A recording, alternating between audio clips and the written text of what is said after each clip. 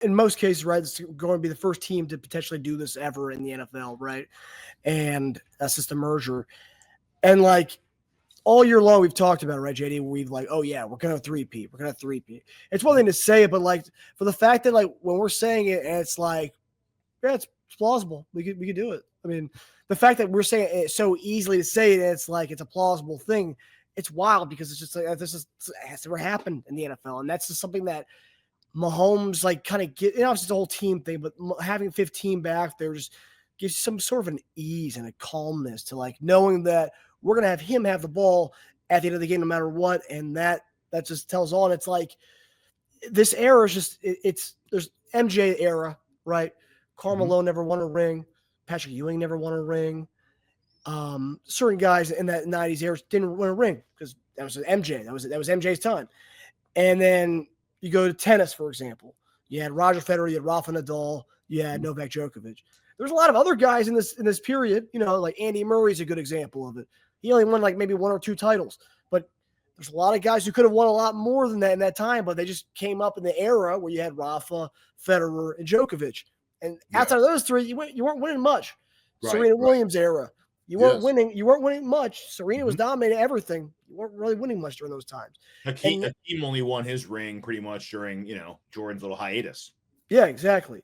And like, unless Mahomes takes one of those hiatuses, Lamar, Josh Allen, Joe Burrow, while they are good quarterbacks, it's just going to be tough to find a window or find a year to get one in. Just as long as 15's back there and operating as he was operating today and as he always does in the playoffs.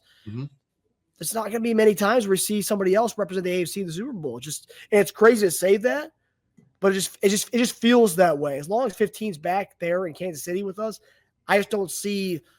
I see this being the reality every year for teams, and the only way people can rationalize the JDs by saying, "Oh, officiating, refs, nonsense," because they want to rationalize and not actually say like that 15 guy is the best that ever did it.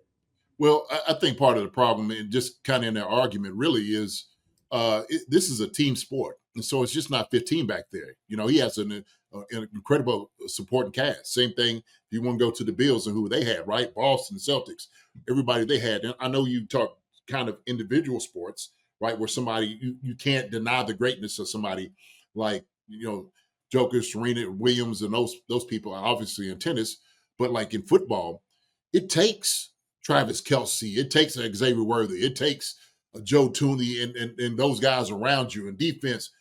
Chris Jones and Nick Bolton and Justin Reed. It takes guys around you and a great coach in Andy Reid. And so when you're doing all those things, you're putting those things together, man, you stew it up into a nice pot, right? And you make that stew, okay? The concoction is what works. And so part of the problem that we've been looking at maybe for the Ravens is, let's say Lamar didn't have everybody he needed. Well, he finally got somebody. Didn't really pan out for him, okay? Same thing with Josh Allen. Josh Allen had good receivers, some of the top ones. They leave, they still come back, they still formidable foes. But with the Chiefs, because we decide to keep the ingredients the same, just most of the time, it's still going to be a good batch. It's still going to be a good dinner, a good dish, because of the continuity that we have kind of in the organization.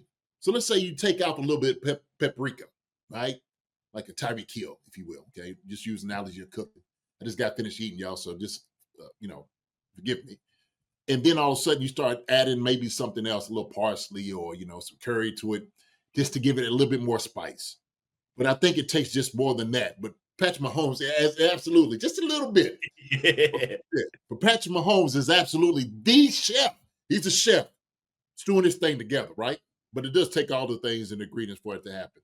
So, want to make some quick cash during the rest of the NFL playoffs? There's still time to embrace your inner underdog. Over the last 4 weeks, we have given 15 selections and have cashed on 13 of them, predicting higher or lower on multiple different player statistics. So we are ready to continue this heater into the conference championship and beyond. So if you've yet to download the Underdog app, do so now and get free cash. Click the link in the description or use promo code CHIEFCONCERNS, that's one word, to claim your free pick plus first-time deposit offer up to $1,000 in bonus cash. It's conference championship weekend, so let's continue to keep the good vibes in 2025. I think a few things would have to happen. we'd either have to shoot ourselves in the foot. We'd have to beat ourselves that game, would be one. Two would be one of these guys who are close to Mahomes status would need to take a giant pay cut so the rest of his team can be elevated heavily, or like a rookie comes in who's just far beyond his years and they can just load up on the roster around them, right? Those are the things. But we've played different versions of those too before, right? We played Purdy's a good example. Purdy was a young, cheap quarterback playing well beyond his mean with a stacked roster around them, a roster you cannot build in like Madden. You can't build that roster. And they have that roster. Still have to play perfect because at the end of the day, quarterback's so important that if your quarterback and our quarterback plays so much better than yours, it overcomes positions 10 out of 11, right? Like that's the biggest thing. And then we have coaching on top of that, which is ours is better week in, week out. So it's crazy. I also want to say I think it's awesome that Chiefs are going through two of the most tush-pushy QB sneaky teams out there, and we're like the anti-version of that. We can't do it. It's like a superhero versus the villain in the end. Like he has to face his exact opposite version of it. Mm-hmm. But that's also kind of going to Philly, right? Saquon Barkley sitting there saying, like, I wanted to show that you could still run the football, hit people in the mouth, and still win games. Absolutely. I thought that was a great quote because it's like, yeah. So sometimes when people downplay things that people are doing, especially in this day and age where they're throwing the ball all around 40 or 50 times a game, it's good to hand the ball off to a guy. We got a couple of guys who hand the ball off to. We sit there and watch, Kareem Hunt run as hard as he can, going ahead and getting the yards. And I'm so thankful. I'm so glad we was able to utilize him the way that we did because Kareem Hunt was a man that was on a mission. He got hurt. He came back in. Got hurt, came back in. But he was going to be relentless. He wasn't going to let, one little injury or being uncomfortable keep him out of the football game.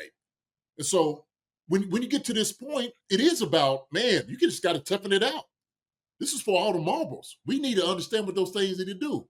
What up, Neff? Neff says Hunt needs to run the ball more. Absolutely. I see somebody else sit there and say he gets better, stronger as the game goes on. He does.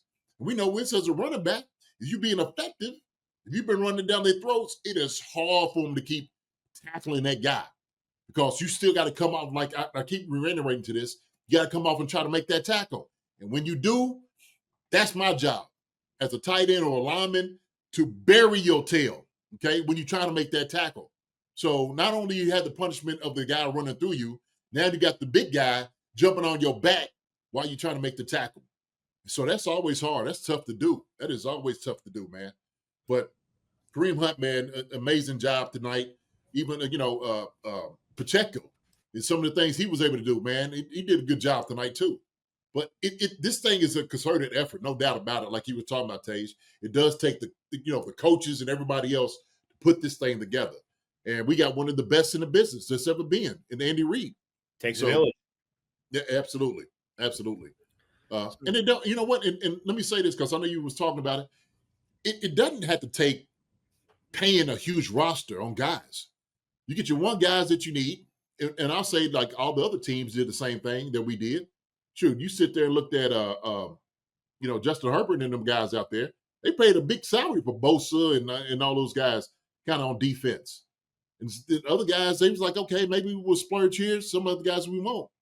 But Chiefs just keep doing it, man. They just keep doing it.